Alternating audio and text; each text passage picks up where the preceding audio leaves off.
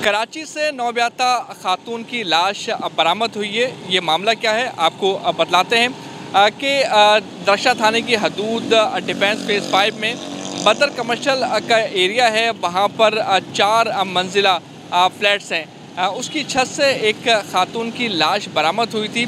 गुज़श्ता रात जब ये वाक़या पेश आया उसके बाद पुलिस की भारी नफरी उस मकाम पर पहुंची। रेंजर्स के एहलकार भी वहां पर पहुंचे थे और साथ साथ क्राइम सीन यूनिट को भी तलब किया गया था।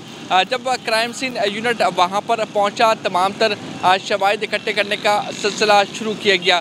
पूरी जो छत थी उसकी छानबीन की गई, उसके साथ साथ जो फ्लैट्स थे उनकी भी छानबीन की गई और जो शवाहिद मिल सके वो तमाम तर शवाहिद जमा कर लिए गए। उसके बाद लाश को जिला अस्पताल की मोर्चरी में मुंतकिल किया गया था। वहाँ पर उसका मुकम्मल तौर पर पोस्टमार्टम कर लिया गया है।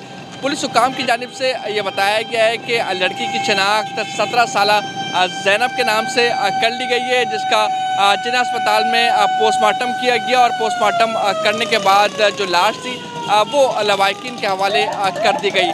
जो MLO ज़राए हैं उनकी जानिब से ये बताया गया है कि गर्दन में चोट के निशानात मौजूद हैं और शुबा ये ज़ाहिर किया जा रहा है कि लड़की को गर्दन पे दुपट्टा से गला घोंटकर कत्ल किया गया है। लेकिन अभी तक जो वजह मौत है वो सामने नहीं आ सकी है, क्योंकि जो लड़की की लाश थी उसके नमूना हासिल कर लिए गए, DNA सैंपल ले लिए गए और अब जब मुकम्मल तौर पर उसकी जांच की जाएगी और MLO रिपोर्ट सामने आएगी उसके बाद जो हलाकत है उसकी वजह मालूम हो सकेगी।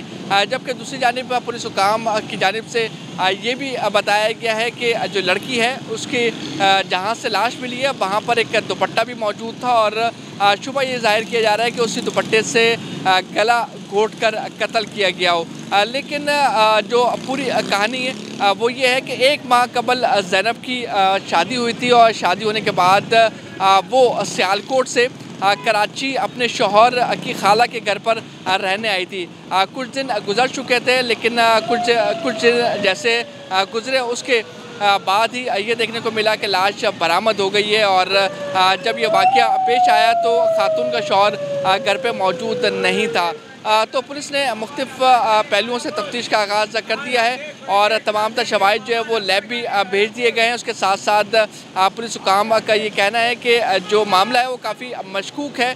इस हवाले से तहकीकात का अमल जारी है। जबकि जो फ्लैट्स थे उनके मालकान और जो रेंट पर वहाँ पर रह रहे हैं उनको भी शामिल तफ्तीश किया गया, उनसे भी पूछताछ का अमल जारी किया गया है। कुछ अफराद के बयानात भी कलमबंद कर लिए गए। इस तमाम तर सिनेरियो के बाद जो लड़की है उसके वालिद कराची पहुँचे, उनकी जानिब से जो है तमाम तर वाक़े की रिपोर्ट दर्ज करा दी गई है। ये तमाम तर वाक़े की रिपोर्ट दरक्षा थाने में दर्ज की गई है, जिसमें मुख्तलिफ दफ़ात शामिल की गई है और पुलिस हुकाम का ये कहना है कि तमाम तर अफराद के बयानात कलमबंद किए गए हैं, कुछ के अभी करने हैं और करने के बाद तमाम तर तहकीकात जो है वो आगे बढ़ाई जाएगी और आया कि इसमें कौन कौन मुलव्विस है इस पर भी तहकीकात की जाएगी। शुबा जो है वो कत्ल का ही है कि ये कत्ल हुआ है, लेकिन अभी तक जो शवाहिद हैं उनकी भी जांच पड़ताल जारी है। उसके साथ साथ जो बयानात हैं उनको भी देखा जा रहा है। तो अभी तक